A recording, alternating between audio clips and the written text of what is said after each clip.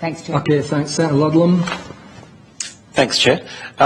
So it sounds like one thing that all the witnesses so far have agreed to is the sense that we need somewhere in the bill or somewhere to get a sense of where the government's priorities are at.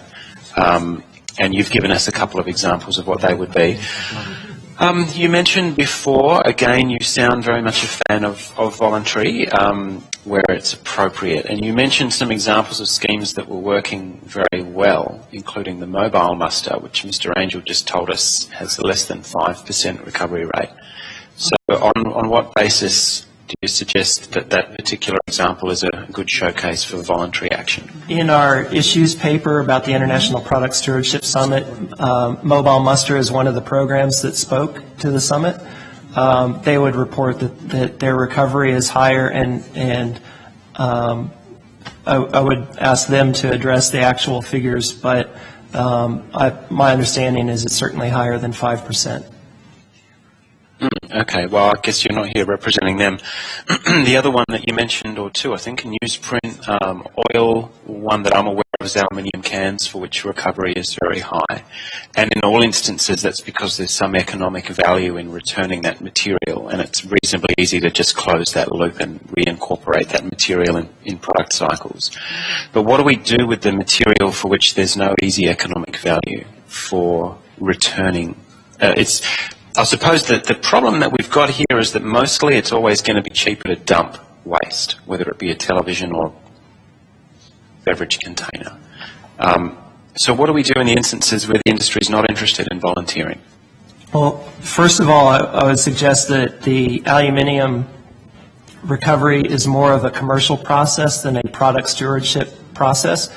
There's scrap value in the material, so there's a commercial value to be paid back for it to encourage recovery. Although there are still some issues involved in that. As cans get lightweighted, you have to recover more cans to get value, and you'll have the normal commodity fluctuations. For the items that do have a cost to manage, especially to local governments, then it makes sense to have some impact. That's consistent with the principles of extended producer responsibility. They do impose a cost on local waste programs to manage, and therefore that cost needs to be addressed somehow. A range of packaging items and aluminium and steel, metals, often have a positive value to those programs. As we discussed earlier, there's a positive impact in the material value that is often available for those items.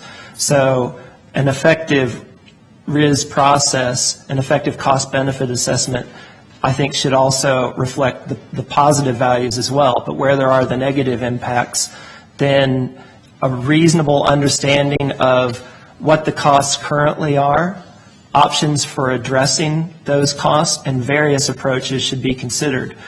All too often in these discussions, there is an ends searching for how to get to that ends. If people have a particular policy approach in mind, then they try and influence the process to get to that end game for them. I would much rather see a robust regulatory impact assessment process, key stakeholder engagement, to lay out a range of options across the board and really understand those options and what the impacts, both positive and negative, would be of those options, and then feed that into this process especially before mandating an approach. But often businesses are considering these items anyway, and local governments certainly have a right to be mindful of the costs. One of the things that we find internationally is that all too often local governments don't necessarily know the cost impacts of a particular item that's problematic, and that makes it difficult to value. We're hearing from local government in a sec. I want to keep your comments to your submission, if I could. You've written there's a clear presumption in the Bill's consultation paper that more utilisation, recycling and higher targets are better. And then you've said, well, there's evidence of some counter-arguments. So give us an example of where more recycling is actually a bad thing. All right. I think it's important to bear in mind that collection and recycling activities are industrial processes that can have their own impacts. They may actually consume more resources than are saved. The example that comes to mind, two quickly. Finland made an active decision to not recycle materials from rural areas precisely because there was a net impact, that the transport, the impacts, or the low densities simply didn't justify collection from rural areas. Similarly, the European Commission, in revisiting the Packaging and Packaging Waste Directive, came up with a list of optimal recycling rates for packaging items, and they were nowhere near 100%. And they incorporated that consideration of an optimal recycling rate in setting targets for each of the materials under the Packaging Directive. Oh, sorry, go ahead. Well, bringing it back to an Australian example would be recycling glass, for instance. It's a very heavy material. There's a lot that can be done with economies of scale, processing, secondary markets in Australia, and it's certainly seen a great deal of growth in the past few years.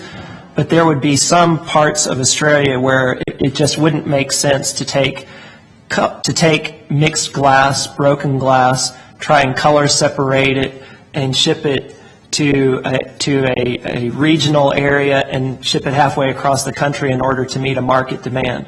For instance, if you look at green glass, the green glass plant that can take the material is in Adelaide. Are we going to ship a heavy material all across the country to get every last bit of it to Adelaide?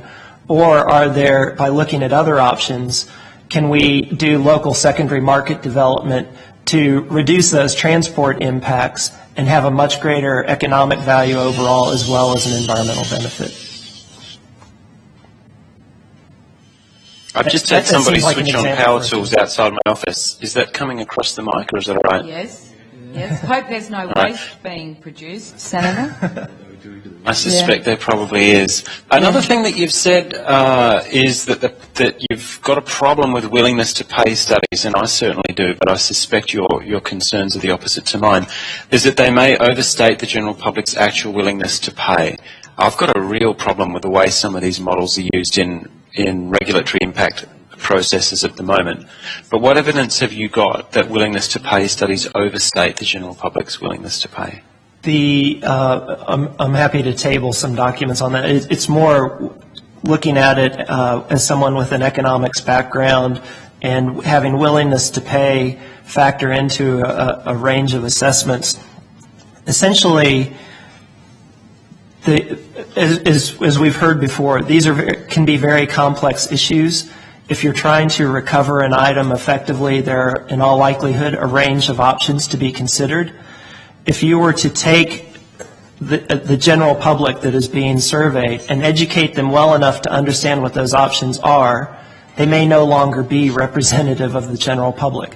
So they might say they have a greater willingness to pay to collect that item, but they're not necessarily representative anymore. A number of studies have said that when people know that a survey is related to the environment, they often overstate their willingness to be involved because it's the right thing to do. They want to be seen as being green. There are a range of litter studies over the past decade that looked at blind studies where they would survey somebody about their littering practices, and then an independent observer would observe their practices. So somebody that had just been seen littering would then be surveyed without the person doing the survey aware that they had littered, and they would say, "No, I never litter." So there is a role for that. They need to be properly structured. I'm just mindful of some of the limitations in them. What a devious piece of research. The reason I ask, I suppose, is because these are not academic questions. In the example of container deposit legislation, which I don't think you've addressed specifically in your submission, model has inserted tens of millions of dollars worth of imaginary inconvenience costs to substitute for willingness to pay, and just inserted millions and millions of dollars worth of costs that they'd basically invented to prove that it was economically unviable to do container deposits because people couldn't be bothered to pay the notional cost of taking their materials to the recycling centre. So you've offered to to provide some research, if you've got anything recent that suggests that willingness to pay models maybe even overstate people's willingness to pay, then I think that would be very useful. Okay. I might leave it there, Chair. I'm not sure how we're going with time. In looking at the willingness to pay stuff for the container deposits, I actually felt that they weren't detailed enough. There weren't enough options included in there, such as return to retail, return to depots, a range of activities that are often done to collect containers, and people's willingness to have a depot located in their community. I didn't think that it actually went far enough on some of those issues. Senator Birmingham. Thanks, Chair. Thanks, Mr. Martin, for your evidence today. I think most issues I wanted to touch on. I just want to seek your thoughts. ACOR in their submission have raised some issues regarding what exactly we're looking at with product stewardship, and whilst we've gone to some of the issues as to how products may be included, they've also highlighted concerns about whether we're looking at end-of-use life cycle or end-of-use of the product, or indeed the life cycle of the product, and that there seem to be some ambiguities in the bill. Do you think the legislation is clear enough in regards to keeping a focus on the end-of-life product?